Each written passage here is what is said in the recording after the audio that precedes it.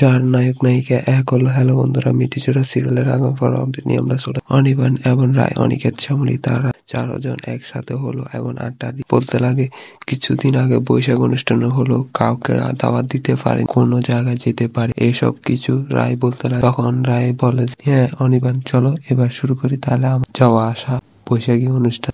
তো ওইখানে ছিল অনিকেত এবং শ্যামলী, তারা সবাই একসাথে আড্ডা দিচ্ছে একই নাটকে মিটিজোড়া সিরিয়াল।